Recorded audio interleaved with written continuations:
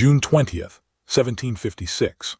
After months of simmering conflict between the British East India Company and Bengal's leadership, the company's stronghold at Fort William fell under siege by thousands of troops. When the smoke cleared and the British defenses crumbled, over 100 survivors were captured. With no other secure location, these prisoners were crammed into a minuscule, stifling basement lockup within the fort. The events that followed in that cramped space would become one of the most notorious and disturbing tales in colonial history, a horror so profound it earned the chilling name, the Black Hole of Calcutta. As always, viewer discretion is highly advised. In the mid-1700s, India was in a state of profound transition. For centuries, the mighty Mughal Empire had commanded vast territories, controlling cities, trade routes, and rich farmland. While the emperor in Delhi still held immense symbolic authority, the empire's practical grip was failing by the start of the 18th century. In many provinces, actual power had shifted to regional governors known as Nawabs. Nominally serving the emperor, these rulers operated with a high degree of independence. Bengal was easily one of the wealthiest and most vital of these regions. Situated in the incredibly fertile delta where the Ganges and Brahmaputra rivers flow into the sea, it had been a global hub for agriculture and trade for centuries. This immense wealth inevitably drew foreign interest. European merchants had been arriving for over a century, the Portuguese first, followed by the Dutch and French. Later, the British arrived, operating through the East India Company. Like their competitors, the British Company established coastal trading posts where their agents managed commerce. But while outwardly commercial, these operations often involved building fortified bases, hiring private armies, and negotiating directly with local rulers. As their influence swelled, they began acting less like simple merchants and more like political powers functioning within a foreign nation. In the 1690s, company agents founded a settlement on the Hooghly River that mushroomed into the city of Calcutta. What started as a modest post rapidly expanded into a chaotic commercial hub of warehouses, docks, and markets serving both European and Indian merchants. To protect this booming asset and its goods, the British built Fort William near the river, making it the military and bureaucratic nerve center of their operations in Bengal. For years, a fragile peace held. The company controlled only a tiny area around their base and relied entirely on good relations with the Nawab who ruled the province. As long as cooperation lasted, trade boomed and both sides profited. But by the middle of the 18th century, this equilibrium was fractured. European rivalries grew more intense, and local rulers became increasingly nervous about the expanding power of these foreign corporations within their borders. When Siraj-ud-Daulah ascended to the position of Nawab of Bengal in April 1756, he was only 23 years old. He inherited one of India's richest but also most politically volatile provinces. Taking power after his grandfather's death, he faced immediate challenges: internal court factions, mounting external threats, and widespread doubts about his ability to. In such a high-stakes environment, projecting authority required decisive action, and the powerful foreign trading companies inside his territory were an impossible problem to ignore. Of all these European powers, the British East India Company was his greatest concern. While they had built a highly profitable trading network, their behavior was increasingly crossing the line. Central to the conflict were trade privileges, granted by earlier rulers, that allowed British merchants to bypass most local taxes. Theoretically, these applied only to company business, but they were widely used by private traders, allowing massive amounts of goods to move through Bengal tax-free. The situation deteriorated rapidly when the company began reinforcing the defenses of Fort William without the permission. British officials claimed they were simply protecting against a potential French attack. But to Siraj, a foreign company was expanding a military fortress inside his province without so much as a discussion. It sent the message that the British believed they could act without his consent. He immediately ordered construction to stop. The company officials ignored him and continued their work. For Siraj, this open defiance was the final straw. Facing a direct challenge to his authority, he resolved to act. In June 1756, he began assembling a massive army to handle the Contemporary accounts describe a force of nearly 50,000 soldiers, supported by heavy artillery and hundreds of elephants carrying supplies. Once ready, this enormous army began marching south toward Calcutta. On June 16th, Siraj's forces reached the outskirts of the British settlement.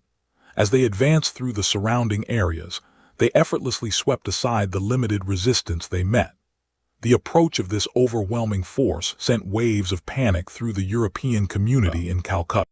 Inside Fort William, the British suddenly faced a crisis they were utterly unprepared for.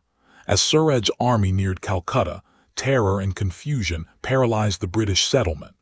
The reality of a massive army approaching left many residents stunned and uncertain. Fort William had been built for protection, but no one expected it to face an army of this magnitude. Rather than attempting a prolonged defense, many senior British officials chose to abandon the fort. The governor of Calcutta and other top administrators fled to the ships anchored in the harbor. Their departure plunged the city into absolute chaos. Women and children were frantically rushed to the waterfront hoping to reach the safety of the ships, while merchants and residents scrambled to save their property. Those unable to escape sought refuge inside Fort William, believing its walls offered their only hope of safety. The actual garrison left behind to defend the fort was pathetically small and poorly organized. In total, the defenders numbered only a few hundred men. This included roughly 170 to 180 actual English soldiers, supplemented by a mix of European volunteers and militia. Although sources vary slightly, one thing was absolutely clear: they were hopelessly outnumbered. Against an army numbering in the tens of thousands, the small force inside Fort William stood virtually no chance of survival. The situation was made exponentially worse by the catastrophic loss of leadership when the governor fled. With no clear commander, those remaining had to quickly decide who would lead the defense. They ultimately turned to John Zephaniah Halwell. Earlier in his career, he had served as a military surgeon, but by 1756, he was simply a senior administrator for the East India Company. Facing an approaching army and zero other options, he accepted. Once he took command, the critical vulnerability of Fort William became starkly evident. The fort's equipment and supplies had been neglected for years. Some of the stored gunpowder was so damp it was useless. Ammunition stocks were unreliable, and in some cases, the ammunition meant for the cannons had decayed badly in storage. The defenses themselves were also inadequate. Parts of the fortifications had been hastily reinforced in recent months, but the work was incomplete. To top it all off, many of the Indian soldiers serving with the British deserted as Siraj's army closed in. Halwell and his remaining men did what they could to prepare, but the odds were insurmountable. The enemy was far larger, better supplied, and determined to bring the British settlement under the Nawab's control. For the next several days, the Nawab's forces tightened their grip on Calcutta. Outside Fort William's walls, they unleashed a relentless artillery barrage. By Sunday, June 20th, the situation had reached its inevitable, tragic breaking point. Inside the fort, Halwell faced an impossible decision. Continuing to fight would almost certainly lead to the complete destruction of the building. He understood that if the battle raged much longer, many of the men under his command would be killed needlessly. Faced with these grim circumstances, he chose to seek terms with Siraj rather than allow the defense to end in a massacre. Sometime during the afternoon of June 20th, John ordered the white flag to be raised to signal surrender. The fighting soon ceased afterward, and the surviving British soldiers, along with company officials and other residents, were rounded up by the Nawab's troops. The prisoners were then disarmed and placed under guard as Siraj's forces secured control of the settlement. For many of those who surrendered, the expectation was that they would be held temporarily while arrangements were made for their custody, as prisoners of war were not uncommon in conflicts of this period. However, as evening approached and the captives were gathered inside Fort William, The Nawab's guards began looking for a place to hold them for the night. In doing so, they selected a small room within the fort that had been built years earlier for a completely different purpose. This room would soon become infamous as the Black Hole of Calcutta. Inside Fort William, there were several small holding cells used to detain minor offenders, such as drunken sailors, disorderly soldiers, or anyone causing trouble within the settlement. One of these cells was a small room located within the fort's guardhouse. It measured roughly 14 feet by 18 feet, or 4.3 meters by 5.5 meters, a space large enough to comfortably accommodate a handful of people. Under normal circumstances, it might have been used to confine 2 or 3 prisoners at a time, but it was never intended to house a large group. The room had only 2 small windows on one side, both fitted with thick iron bars, and ventilation inside was extremely limited. The windows also opened toward a narrow veranda outside the building, which blocked much of the air that might have otherwise circulated through the cell. The iron bars themselves further restricted the flow of fresh air, making for a stifling environment even when no one was being held inside. On most nights, this would have been uncomfortable but manageable for the few individuals normally confined there. On the night of June 20th, however, conditions inside the fort were far from normal. Calcutta in June of that year was brutally hot. The monsoon rains, which usually brought some relief from the heat, had not yet arrived, and the air was thick with humidity. The weather that evening was particularly oppressive, as temperatures were reported to have reached around 104 degrees Fahrenheit, or 40 degrees Celsius outside. Adding to the misery were fires burning in various parts of the fort and the surrounding settlement. During the fighting earlier in the day, the skyline of Calcutta was a jagged line of fire. As buildings collapsed into ash, a thick, suffocating haze drifted over the British guardhouse, turning the humid evening air into a literal furnace. In the wake of Fort William's fall, a group of British soldiers, merchants, and officials, the remains of the garrison, were herded together.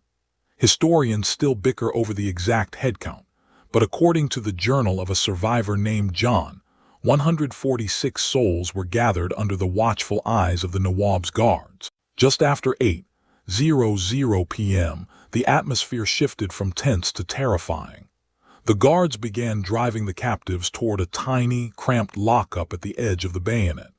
They used clubs and swords to hurry the pace, sparking a panicked stampede toward the narrow door. Men at the back pushed forward to escape the blows, while those in front were crushed against the doorframe, desperately trying to squeeze into a room never designed for a crowd. The pressure of human bodies was so immense that the guards actually struggled to force the door shut. When the bolt finally clicked, nearly 150 people were packed into a space about the size of a standard bedroom. Initially, a strange sense of denial took hold. Most of the prisoners assumed this was a temporary holding move, a logistical blunder that would be fixed in an hour or two. But as the minutes ticked by and the air grew stale, the horror of their reality set in. The room was so densely packed that movement was nearly impossible. John noted that because they were shoved in so fast, there was no order. They were just a mass of tangled limbs. Almost instantly, the temperature spiked. Sweat soaked through their clothes, and in a desperate bid to create even an inch of breathing room, many stripped naked. It did nothing. The heat was a physical weight, but it was nothing compared to the thirst that was about to set in. As their bodies dehydrated, a primal craving for water took over. Every breath became a struggle as the oxygen was sucked out of the room. 2 tiny, barred windows were the only source of air, and the fight to reach them turned into a riot. Those at the center of the room clawed toward the walls, while those at the windows fought like animals to keep their spot. John described being wedged so tightly he couldn't even lift an arm. In a final act of desperation, the prisoners tried to bribe their captors. They offered a guard 1,000 rupees to move them to a larger space.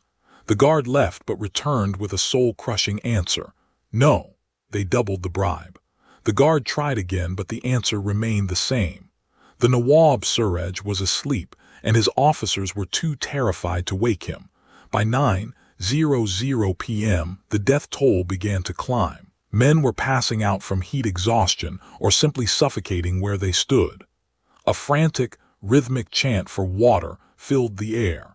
Eventually, one guard took pity and brought a few skins of water to the window. John and those near the bars tried to catch the liquid in their hats to pass it back, but the desperation was too great. Men lunged for the hats, spilling the water onto the floor, only making their thirst more agonizing. Outside, the guards watched the carnage like a spectator sport, holding up lanterns to get a better look at the struggle inside. A man named Mr. Bailey tried to bring some logic to the chaos, suggesting everyone sit down and stand up in unison to circulate the air. It was a disaster. The effort required to move in that crush was too much. When the signal came to stand, those who were too weak to rise were trampled or pinned to the floor. By 11:00 p.m., the room had become a tomb. The screams had turned into low moans, and the stench of sweat and death was overwhelming.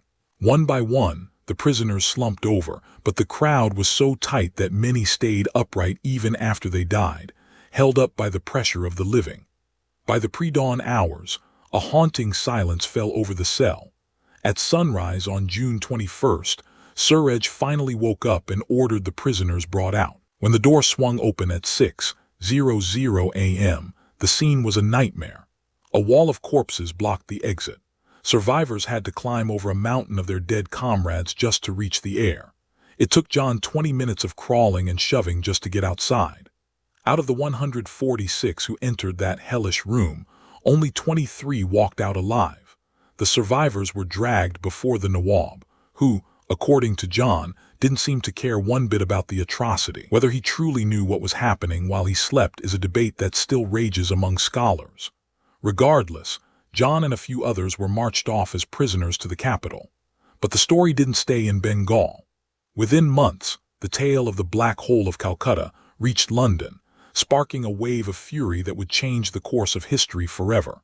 In the wake of the tragedy, John's gripping, blow-by-blow narrative became the definitive record of the night, spreading like wildfire across the British Isles. For a long time, his word was gospel.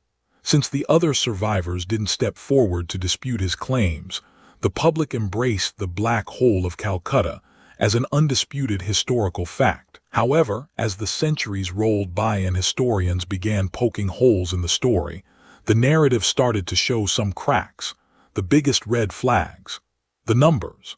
Many modern researchers have questioned whether it was even physically possible to cram 146 grown men into that specific room. A major study from the 1950s took a hard look at the evidence and estimated that the real number of captives was likely closer to 64, with about 21 making it out alive. Furthermore, military records from the Fort William garrison only showed 43 soldiers missing after the battle. If those official logs are right, John's body count simply doesn't add up. Most scholars today agree that while a horrific event definitely took place, the scale was likely inflated, possibly to paint the British as ultimate martyrs or to justify the colonial response that followed. But regardless of the math, the legend of the Black Hole became a cornerstone of British imperial history for a very long time. Over the years, grand monuments were built in Calcutta to honor those who perished. As for the site itself, the original Fort William was eventually leveled and moved further south. When the old walls came down, the actual physical cell vanished, leaving only the story behind. If you've stuck with me until the end, thanks for watching. A huge shout out to our Patreon supporters and channel members for making this content possible. If you want to see our deep dives a full week before anyone else, definitely check out our early access perks. Also, if there's a historical mystery you want me to cover, drop a suggestion in the form linked below. Thanks again for hanging out, and I'll catch you in the next video.